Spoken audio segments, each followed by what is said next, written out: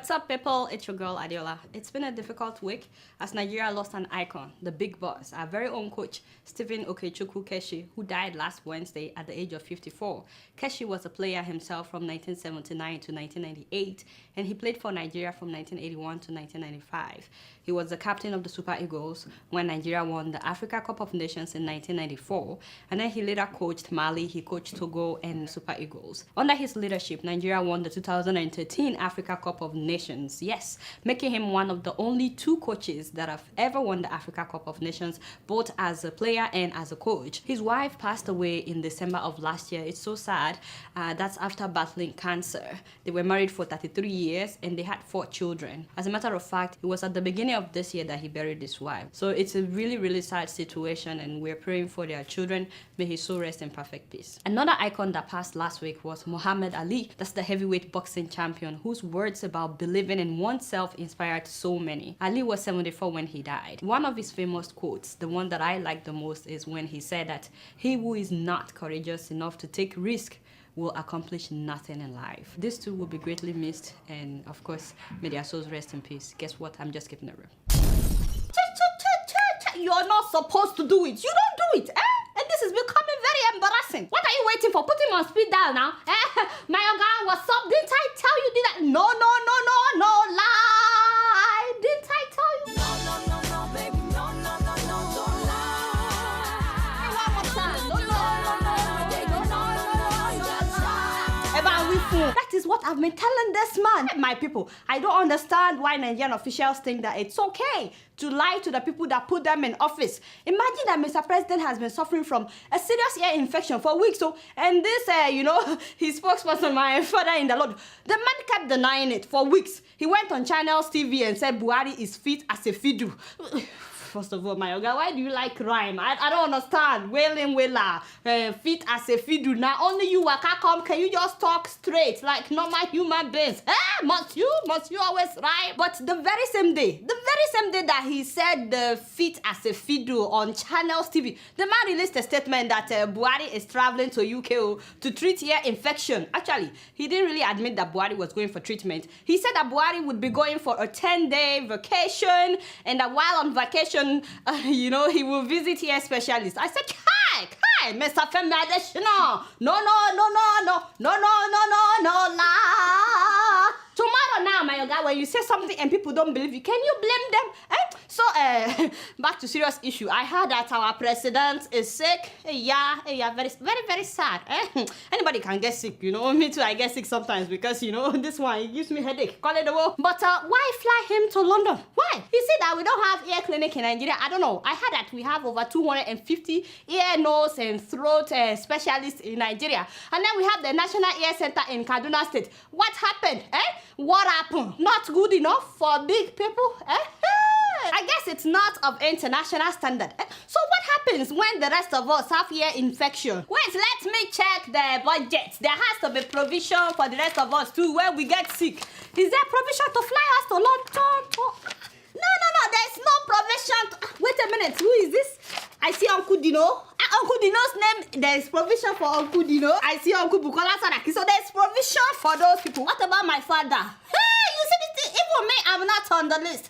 You see, there is no provision for the rest of us to come out abroad for ear infection. But some people are taking private jets because they want to treat ear infection. This is why I always tell you guys that there is God in everything that we are doing. When will Nigeria have one, honestly, just one hospital of international standard so that our leaders can get world-class treatment without having to spend our money to travel abroad or take private jets in the name of ear infection and then spend tens of thousands of dollars for treatment? When? What is the use of the presidential clinic at Aso Rock, by the way? They just allocated around 3.8 billion naira for this clinic.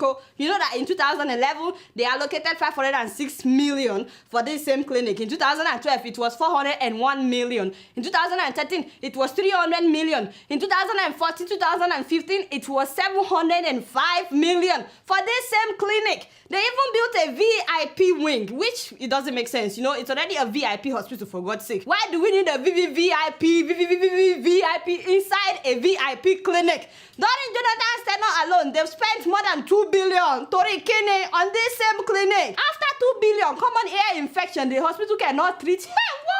My father, my God. I know this is a serious ear infection, but why can some people treat it in their own countries and we cannot? And do they have two heads? If we cannot treat ear infection, when would we treat cancer? When would we treat kidney problem?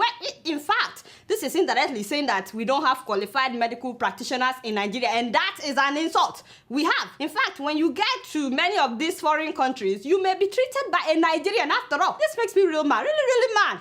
Build us one hospital, at least. One, build it in my village. Odeaga Meta, that is the name of my village. Just one hospital of international standard. You guys know I don't know anything. Oh, guess what? I'm just keeping it true. So happy Ramadan to all my Muslim friends. How are you enjoying the fast? Someone sent me the picture of this guy fasting, and the guy literally sat in front of the clock waiting for the time to break. I'm like, my brother, seriously. And speaking of Ramadan, did you guys hear about what the president of Gambia is doing? Hey! The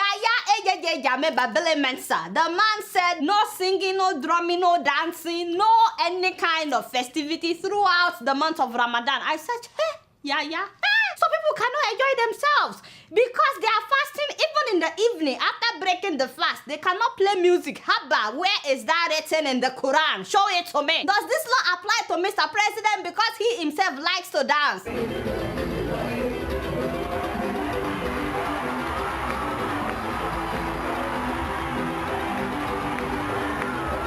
Really? Mr. President, is he talking to himself? What if he locks his door and dances alone after breaking his fast in the evening? How would we know? My Gambian people, you know, do well. I don't know what to tell you. I beg, listen to your music, but put on earphone because, you know, somebody like this, he's already colo, you can't help him. So did you all hear that a Christian woman was killed in Kano because she allegedly blasphemed Allah? Hey, like seriously? Really? How can people take laws into their own hands and then hide behind religion? These are criminals. Where is the evidence that she blasphemed anybody? And even if she did, don't we have courts or whatever? Like, even, I don't know. So what if her killers also blasphemed her God? Who is judging them? And most importantly, why do we have to fight for God? That is what I don't understand. He's God, is he not? So human beings are the ones defending him? Please, that is indirectly saying that God cannot defend himself. Really, these people are insulting God. Is he not God? I don't know when we will stop killing ourselves in the name of religion. A similar thing happened in Kaduna when another Christian man was stabbed because he did not fast. He's Christian. I don't know. I don't get it. Seriously, Muslim leaders need to talk to criminals that are attacking innocent people by pretending to be religious. If you don't know, these people are painting Islam bad. And if nothing is done, there will be retaliations and this could escalate. But you guys know I don't know anything. Guess what? I'm just keeping it real. Moving on to South Africa. What is his name? That calls himself a pastor. Henry Muguni, something like that. That guy, you know how long I've been complaining about him? Jumping on his church members, feeding them snake, feeding them cloth, feeding them hair. Now the guy is not just jumping on people anymore. No. Now the guy will climb on the loudspeaker and then jump on his church members. Hey, whoa! And he will post the photo on Facebook. You see the end of time. In fact, he now takes cheers to smack his church members. Another enjoyment. Hey. South Africans, why now? Why are you watching this boy and letting him get away with all these things? What in the world? These are people that if they see somebody coming to smack them with anything, they will never allow it. Just because he says he comes in the name of the Lord and nobody is saying anything. And just like I've been saying that this guy is about to do something worse. Do you guys know that last week he drove his car on top of his church members? Yes. He told them to lie down. He put some pali on top of them. He put some cardboard paper on top of them. He had them lying down on the ground. And he drove on top of them. Father, where is thy face? Father, you are so patient. Yeah, you are so patient. The guy drove on top of them, and then he asked them how they felt. He said, did you feel any pain? They said no. That is what they were told to say anyway. So, guess what he did? He reversed back, still on top of these people. He went back and forth on top of these people, yeah?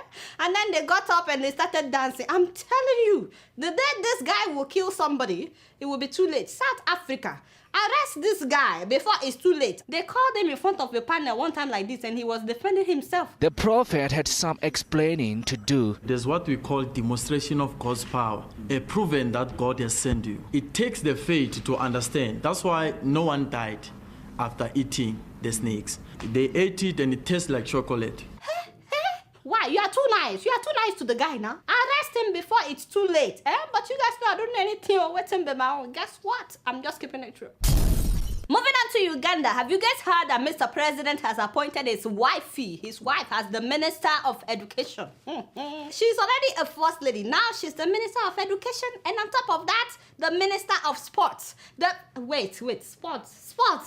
Sports, okay. Hey, what the heck? 67-year-old woman. I mean, she will be 68 this month, no be so? The Minister of Sport, what does she know about sport? Does she play any? Oh Lord, have mercy. Why are African leaders like this, madam? Even if your husband doesn't know shame, you should know shame now. You are a woman, you should stand for what is right. You and your husband have been there for 30 years, no be so? Isn't that enough? You, Minister of Sport, haba. What an insult. I've heard that this is a highly coveted office, a highly coveted portfolio in Uganda, because it is usually assigned a huge chunk of the national budget. So madam will be overseeing a lot of money, eh? Yes, corruption. The same thing is now happening in Angola. Did you guys hear that Mr. President fired the entire board of Sonangol? Sonangol is the body that oversees petroleum and natural gas production in Angola. That is like their own NNPC, as we have it in Nigeria. He fired every one of them and he put his daughter in charge. Again, this is a president that has been in power for 36 years. If you are 36 years old, my brothers and my sisters, the year you were born was when this man became president. The man has been president for as long as you have lived. He's still president. And one of his sons is already the one in charge of the country's sovereign wealth fund. Now his daughter is the one in charge of the whole country's oil. Hey, keep in mind that oil accounts for more than 90% of Angola's foreign income. And now that militants are destabilizing oil production in Nigeria, all eyes are on Angola. They are already the biggest oil producer in Africa. And now they're about to make much more money with the unrest going on in Nigeria. This woman, by the way, you know, the president's daughter, is already the richest woman in Africa, according to Forbes. But I guess it's never enough, is it? So it's really, really sad. I don't know when Angolans will say enough is enough and kick out this man and his family. You guys know I don't know much. Guess what? I'm just keeping it real. Now moving on to Kenya. Exactly what is going on in Kenya? You know, for weeks now, opposition leader Raila Odinga has been leading the Coalition for Reforms and Democracy Alliance in a weekly protest. Every Monday, they are protesting that the electoral body is biased towards the president, Uhuru Kenyatta, who is also running in the coming election. They're having their election next year. So the opposition leader and his supporters are asking for a reformation of the electoral body. To be honest with you, I don't see what is hard in that. This is where Uhuru disappointed me. Mr. Man, just give them a reformation of the electoral body. What is hard in that? Very simple. That alone would make people love you and see you as unbiased, you know, even if you don't think that they have legitimate ground for it. And if you will not give them an electoral reform, just let them protest peacefully without hindrance. Why are you allowing police brutality in Kenya? I'm really, really disappointed. Mr. President, if you did not order police to kill protesters, who did? How come they are getting away with it? 3 people were killed last month. Nobody has been arrested for killing these 3 protesters, and now they killed 2 people this month. I saw how police were using force on the protesters. I could not believe it. The weekly demonstrations, which began since April, are against the country's electoral body, the Independent Electoral and Boundaries Commission, which the opposition accuse of being biased and call for its immediate dissolution. Really? Really? Is it that serious? No. Whatever the case may be, police should not be killing protesters. It is the people's fundamental right to protest if they are not happy with something. Now, having said that, some of the protesters need a lecture on the meaning of peaceful protest. Peaceful protest should be peaceful. Why destroying things? As they set up huge bonfires, some of them even attempted to loot Tumaini supermarket before police dispersed them. Businesses are shutting down because protesters are looting. Schools are closing down on Mondays for the fear of tear gas getting on their campus and looters getting on their campus. Business owners are suffering. That is not how you get a change if you want a change in your country. So they really need to be lectured on the meaning of peaceful protest. Anyway, you guys know I don't know much. Guess what? I'm just keeping it real. Alright, y'all. Don't forget to follow me on Facebook, Twitter, and Instagram. It's been real, and I'm keeping it real right up in here. Until next week, I'm gonna see y'all later. Peace out.